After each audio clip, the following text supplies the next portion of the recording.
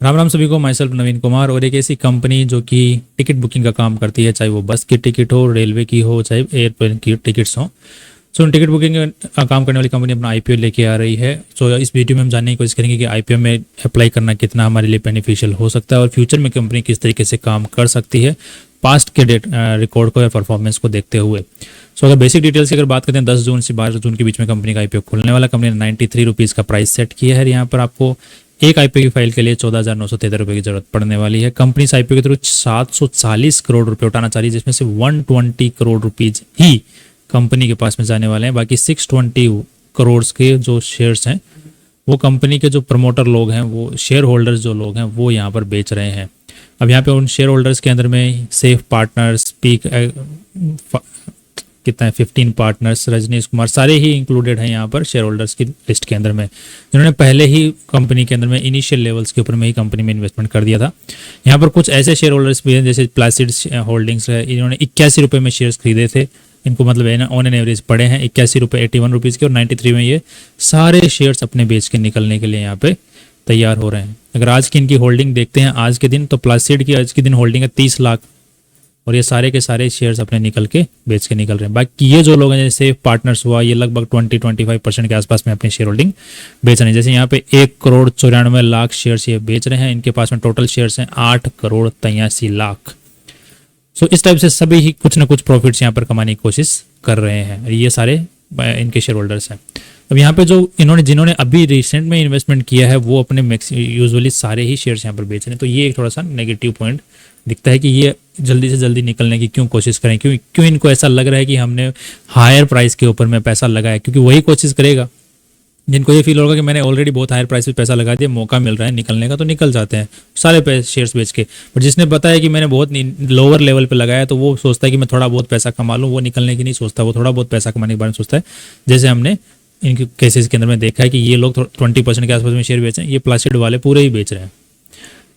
ये थोड़ा सा नेगेटिव पॉइंट है। नेक्स्ट अगर देखते हैं कंपनी के आज के दिन किस तरीके से काम करे, तो कंपनी के यहाँ पर मल्टीपल ऐप्स हैं। इन मल्टीपल ऐप्स के थ्रू कंपनी काम करती है। अगर इन ऐप्स की बात करते हैं तो कंपनी अभी बस नाम से एक ऐप होगा, इग्जीगो नाम से ऐप होगा, कंफर्म टिकट नाम से ऐप होगा। ये सारे के सारे जो ऐप्स हैं इनके थ्रू कंपनी काम करती है। और इन सभी ऐप्स में सिर्फ 4 ही चीज़ें बेचती है कंपनी। ये रेलवे की टिकट्स, ये बस की टिकट, और ये फ्लाइट की टिकट, और ये 3 ही चीज़ें मेनली बेचती है। और बेसिकली कंपनी के बस ये एक मोटो है कि मल्टीपल ऐप्स अगर हम यूज़ में लेंगे तो मार्केट में ऑलरेडी बहुत सारे जो कॉम्पिटिटर्स हैं उनके बीच में हम स्टैंड आउट कर पाएंगे कि कोई ना कोई ऐप तो यूजुअली इंसान काम में लेगा ही। और उसको ऐसा नहीं लगेगा कि मैं एक ही कंपनी का ऐप यूज़ कर रहा हूँ, उसको लगेगा कि मैं डिफरेंट कंपनी का ऐप यूज़ कर रहा हूँ, बल्कि मालिक एक ही है। ऐसा कई बार हमें फील होता है। कई बार हम लोग कई चीज़ों को यूज़ करते हैं, हमको लगता है कि हम दूसरी कंपनी का यूज़ कर रहे हैं, बट एक्चुअली क्या होता है, मालिक एक ही होता है, वो स्ट्रेटेजी उसकी अलग अलग होती है। जैसे कि आप अगर 2-4 टाइप के साबुन यूज़ करते हैं, राइट, तो हम 2-4 का साबुन अगर यूज़ करते हैं तो अगर उनके मालिक को आप चेक करोगे तो उनका मालिक एक ही मिलेगा आपको, या तो HUL मिलेगा या फिर कोई दूसरा मिल जाएगा, राइट। ये 2-4 प्लेयर हैं मार्केट के अंदर में, बाकी तो नए छोटे मोटे प्लेयर्स हैं। इसी तरीके से ये कंपनी मल्टीपल ऐप्स के थ्रू अपना काम करती है। नेक्स्ट अगर देखते हैं यहाँ पर कंपनी आज के दिन के किस तरीके से कमाई कर रही है, या फिर पहले देख लेते हैं आईपीओ लेके क्यों आना चाहिए। तो कंपनी का बेसिक कोई लॉजिक नहीं है। एक तो शेयर होल्डर्स को एग्जिट करवाने का काम है, दूसरा थोड़े बहुत पैसे निकालने का, जिसकी वजह से कंपनी 620 करोड़ के शेयर्स बेच रही है। दूसरा जो काम है, कंपनी बोले 120 करोड़ रुपीज़ है, वो हमें क्यों चाहिए, क्योंकि कंपनी बोले हमें वर्किंग कैपिटल की रिक्वायरमेंट है। कंपनी बोली कि हमारे पास में पैसे नहीं है काम को चलाने के, बिजनेस को चलाने के लिए, एसेट्स कम है और लाइबिलिटी ज़्यादा है। और दूसरा कंपनी बोल रही है कि कंपनी का जो वेबसाइट्स होती हैं, जो ये ऐप्स हैं वगैरह, ये क्लाउड इंफ्रास्ट्रक्चर के ऊपर में चलती हैं। मतलब इनका जो पूरा डेटा रहता है वो क्लाउड पे रहता है, तो उसके इंफ्रास्ट्रक्चर को और बूस्ट करने के लिए उसमें इनको पैसे की ज़रूरत है।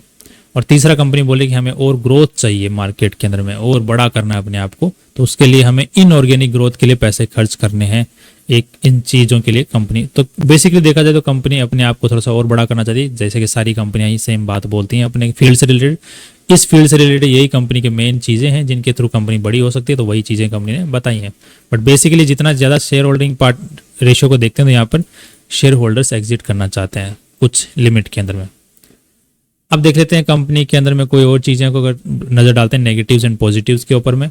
सो कमाई को देख लेते हैं पहले, सबसे पहले तो 2021 में 138 करोड़ की कंपनी ने रेवेन्यू किया, जिसमें 7 करोड़ रुपए कमाए। फिर यहाँ पर रेवेन्यूज बढ़ गए, अच्छे खासे बढ़ गए, लगभग ट्रिपल हो गए, बट प्रॉफिट्स माइनस में चला गया। नेक्स्ट अगर देखते हैं यहाँ पे रेवेन्यूज फिर बढ़ गए और प्रॉफिट में आ गए कंपनी 23 करोड़ रुपए। और फिर इस साल अगेन प्रोजेक्टेड बेसिस पे देखते हैं तो इस साल कंपनी 700 करोड़ के आसपास में रेवेन्यू कर लेगी। इसके बेसिस पे देखा जाए तो कंपनी ने 65, सो लगभग कंपनी 80 करोड़ रुपए कंपनी कमा लेगी। सो प्रॉफिटेबल है कंपनी, राइट। सो ये कोई दिक्कत नहीं है। नेक्स्ट, कंपनी की बोरोइंग्स जो है वो रेगुलरली बढ़ रही है। और यहाँ पर बोरिंग में अगर बात किया जाए तो कंपनी की जो बोरोइंग मेनली जो बड़ी है वो बड़ी है, अगर यहाँ पर हम देखते हैं वो शॉर्ट टर्म बोरोइंग है, लॉन्ग टर्म नहीं है, शॉर्ट टर्म है। अगर आप यहाँ पे चेक करेंगे नॉन करंट लाइबिलिटी, ये रही करंट लाइबिलिटी। करंट लाइबिलिटी के अंदर में आपको देखने को मिलेगा बोरोइंग ये बढ़ गई है 43 करोड़ रुपए से। बाकी लॉन्गर टर्म लाइबिलिटी, तो इसी चीज को पूरा करने के लिए कंपनी बोल रही है हमें पैसों की जरूरत है, क्योंकि हमारे इस साल लाइबिलिटी थोड़ी ज्यादा है, ऐसा कंपनी बोल रही है। अब इसी के साथ में हम लोग चेक करते हैं तो अगर कुछ नेगेटिव स्कोर देखेंगे, ये तो अभी तक पॉजिटिव चीजें थी कि कंपनी प्रॉफिटेबल है, नाउ दैट्स फाइन। अब कंपनी की अगर चीजें अगर देखते हैं तो 1 सेकेंड, ओके। तो कंपनी के पास में आज के दिन कोई भी प्रॉपर्टी वगैरह जैसे ऑफिसेज जिनके थ्रू कंपनी के एम्प्लॉयज काम करते हैं, वो ऑफिसेज वगैरह कुछ भी कंपनी ओन नहीं करती है, कंपनी ने लीज पर ले रखे हैं और उसी के थ्रू कंपनी काम करती है। आज के दिन कंपनी के काफ़ी सारी सब्सिडीज हैं जिनके थ्रू कंपनी प्रॉफिटेबल है। और दूसरी चीज़ देखा जाए तो आज के दिन जिस तरीके से कंपनी काम करती है, इसका मेनली जो काम रहता है वो एम्प्लॉयज जो रहते हैं, जो ऐप को संभालते हैं, तो एम्प्लॉय फोकस है इसका काम। इसको जगह से या फिर वेयर हाउसेज उनकी जरूरत नहीं है, बस एम्प्लॉयज कंप्यूटर पे बैठा दो, वहाँ पे सॉफ्टवेयर्स को मैनेज करना होता है। तो सॉफ्टवेयर्स को मैनेज इनका मेन काम है। जो इनको रॉ मटेरियल वगैरह या फिर इन्वेंट्री वो चीज़ें यहाँ पे लफड़ा है ही नहीं। तीसरी कंपनी के बारे में और पॉजिटिव चीज़ ये है कि कंपनी के ऊपर में मैनेजमेंट के ऊपर में कोई केस वेस नहीं है। हाँ, कंपनी ने खुद ने केसेस कर रखे हैं वो अलग बात है, बट कंपनी के खुद के ऊपर कुछ मतलब मैनेजमेंट जो डायरेक्टर वगैरह हैं, प्रमोटर डायरेक्टर सब्सिडी, उनके ऊपर में कोई केस नहीं है। अब कंपनी के ऊपर बेसिकली देखा जाए तो सिविल लिटिगेशन जरूर है एक, यहाँ पर मटेरियल सिविल लिटिगेशन एक है, और टैक्स प्रोसीडिंग्स है। टैक्स प्रोसीडिंग्स यूजुअली कंपनीज के ऊपर में रहते ही हैं। अब कोई भी कंपनी जो स्टॉक मार्केट में आ रही है या फिर आई भी है, उसके ऊपर में टैक्स से रिलेटेड तो केसेज हुए हुए रहते हैं, उनको नोटिस मिलता ही रहता है, फिर उनके वो जवाब देते रहते हैं, ये तो चलता ही रहता है इनका। तो टैक्स से रिलेटेड, बाकी क्रिमिनल रिकॉर्ड के अंदर में कंपनी के ऊपर में कुछ भी नहीं है, कंपनी ने कर रखे।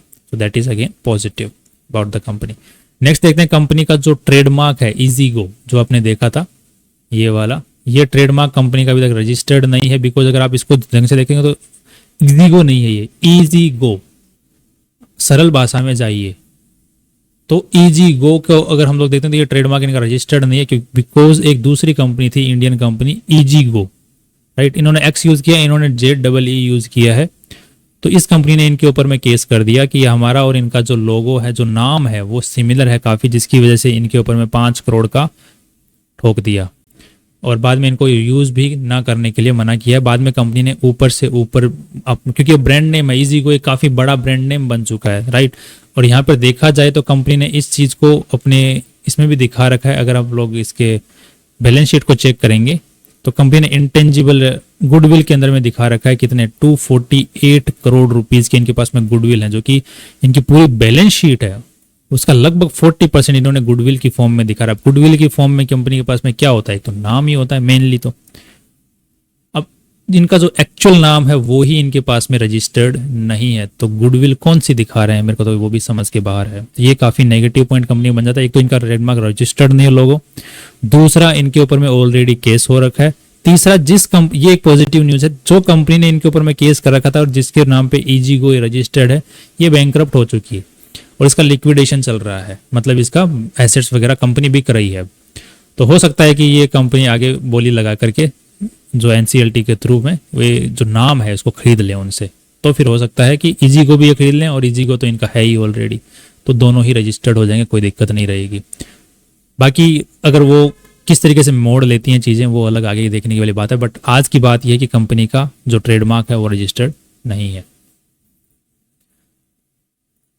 नेक्स्ट अगर देखते हैं कि कंपनी की और नेगेटिव चीज़ें, ये नेगेटिव चीज़ थी, एक तो ऑफिस वगैरह कुछ नहीं है कंपनी के पास में, दूसरा कंपनी का ट्रेडमार्क रजिस्टर्ड नहीं है, these two are negatives.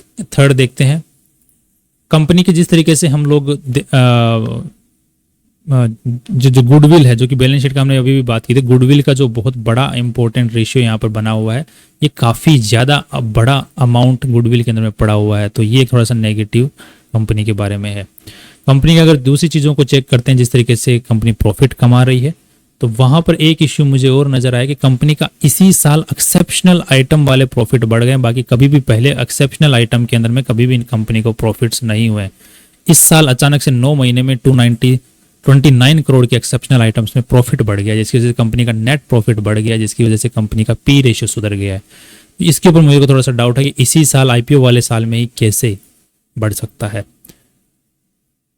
Next अगर देखते हैं कि कंपनी के जो डिफर्ड टैक्स क्रेडिट हैं, तो वो हमेशा बने हुए रहते हैं, जिसकी वजह से कंपनी के नेट प्रॉफिट्स हमेशा ही अच्छे खासे नजर आते हैं। तो ये मेरे को कंपेरेबल बेसिस के ऊपर में थोड़ा सा दिक्कत नजर कर सकते हैं। बाकी कंपनी के अंदर में मुझे कोई और इश्यू नजर नहीं आया है। अब हम लोग कंपैरिजन के बेसिस पे एक बार देख लेते हैं कि जो ऑलरेडी इसी सेक्टर की जो कंपनियां हैं जो कि लिस्टेड हैं, उनके साथ में कंपेयर करके देखते हैं। तो इजी ट्रिप नाम से कंपनी है, दूसरा यात्रा.com है। तो उसके लिए हमें इस कंपनी का पी एंड पीबी रेशियो निकालना पड़ेगा। सो इसका पी रेशियो जो निकल के आ रहा है वो लगभग, हम लोग अब 65 करोड़ के ऊपर तो निकालेंगे नहीं। क्यों नहीं निकालेंगे? क्योंकि इसी साल इनका जो अदर इनकम है वो बढ़ गई है, तो उसको हम लोग आउट करके फिर लोग हम कंपेयर करने की कोशिश करेंगे। तो यहाँ पे 300 करोड़ निकाल देते हैं बाहर, तो यहाँ पे 30 करोड़ के आसपास बाहर निकाल देते हैं, तो 35 करोड़ रुपए कंपनी के बचते हैं। तो 35 करोड़ के हिसाब से अगर देखते हैं, सो इस हिसाब से पूरे साल का अगर हम लोग निकाल के देखेंगे तो ये लगभग 45 करोड़ के आसपास में बन जाता है। सो 40, क्योंकि 9 महीने का डेटा है ना, इसलिए प्रोजेक्ट बेसिकली पूरे साल का देखेंगे तो 45 करोड़। सो 45 करोड़ तो कंपनी ने अपनी जो यहाँ पे वैल्यू लगाई है पूरी कंपनी की, दैट इज 3600 करोड़, लगभग लगाई है 3600 करोड़। 45 से डिवाइड करेंगे तो यहाँ पे 80 का पी रेशियो निकल के आता है, राइट। जिसको अगर हम लोग कंपेयर करके देखते हैं यात्रा.com, तो ये तो प्रॉफिट ही नहीं कमा रही पहली चीज, तो इसका तो पी रेशियो है ही नहीं। जो कंपनी कमाई करती है उसकी पी रेशियो होता है। दूसरा इजी ट्रिप का हम देखते हैं तो इसका 46 का पी रेशियो है। नाउ दैट इज फाइन, मतलब ये कंपनी अच्छी कमाई कर रही है जो आईपीओ लेके आ रही है उसके मुकाबले। दूसरा होता है पीबी रेशियो। तो पीबी रेशियो के हिसाब से देखेंगे तो यहाँ पे 437 का आज के दिन नेटवर्थ है और कंपनी 120 करोड़ रुपए और उठा रही है, तो यहाँ पे कम से कम 500-550 करोड़ के आसपास में कंपनी का नेटवर्थ हो जाता है। 550 को अगर हम लोग डिवाइड करते हैं तो पीबी रेशियो निकल के आता है 6.5। इसको हम कंपेयर करते हैं तो यात्रा.com के हिसाब से अच्छा कंपनी ने वैल्यू लगाया है, मतलब ज़्यादा वैल्यू लगाया, और इजी ट्रिप प्लानर के हिसाब से कम वैल्यू लगाया है। सो ओवरऑल अगर कंपैरिजन बेसिस के ऊपर देखते हैं तो कंपनी ने अपनी जो वैल्यू लगाई है वो ठीक ठाक लगाई है, ना तो ज़्यादा ऊपर लगाई है, ज़्यादा नीचे लगाई है, बीच में वहीं लगाई है जिसके हिसाब से मार्केट में जो कंपनियां लिस्टेड हैं। अब यहाँ पे मैंने उसको बाहर निकाला क्यों, अदर इनकम को। पहला तो आईपीओ ईयर में वो अदर इनकम दिखा के ज़्यादा नेट प्रॉफिट्स दिखाने की कोशिश हो रही है, और दूसरी चीज़ इजी ट्रिप प्लानर के साथ में यहाँ पर अदर इनकम का यहाँ पे इनको माइनस हुआ है, जबकि 2021 में जब इनका भी आईपीओ आया था इनके पास में भी अच्छे खासे अदर इनकम जो है इनके घटते ही जा रहे हैं। अगर आप ध्यान से देखेंगे तो कुछ खास अदर इनकम ये कमा नहीं रही हैं ये कंपनियाँ, इसीलिए मैंने उसका भी माइनस कर दिया ताकि हमें सही मायने में चीज़ें सामने आ सकें हमारे सामने, राइट। अब ओवरऑल बेसिस के ऊपर, डेटा के बेसिस के ऊपर हम लोग ये अंदाजा लगा सकते हैं कि कंपनी ने वहीं पर खुल सकता है। थोड़ा बहुत अगर एक बार को आईपीओ आ रहा है, कंपनी प्रॉफिटेबल है और ये आजकल की टाइप की कंपनी है, तो एक बार को कंपनी का स्टॉक ऊपर जा सकता है। अगर ये ओवरऑल मार्केट सेक्टर ही बढ़ता है तो भी ऊपर जा सकता है। सो मुझे थोड़े बहुत प्रॉफिट्स की उम्मीदें हैं। अगर हम लोग आज का जीएमपी देखते हैं तो आजकल 0% है, लगभग ये 20-30% के ऊपर में ऊपर रहता है, 20-30% के आसपास में ऊपर रहता है। तो लिस्टिंग गेन्स के लिए एक बार अप्लाई कर सकते हैं। बाकी लॉन्ग टर्म में भी कंपनी अच्छा कर सकते हैं बिकॉज मैनेजमेंट अच्छा है कंपनी का, मुझे मैनेजमेंट अच्छा लग रहा है। तो लॉन्ग टर्म में अच्छा कर सकती है। बाकी फिलहाल के लिए लिस्टिंग गेन्स के लिए 30% के आसपास में लिस्टिंग गेन जीएमपी रहे तो I can think about applying in this. बाकी ये कोई रिकमेंडेशन नहीं है, आप अपने हिसाब से अपने एनालिसिस कर सकते हैं। That's all from our side and see you tomorrow with new important video.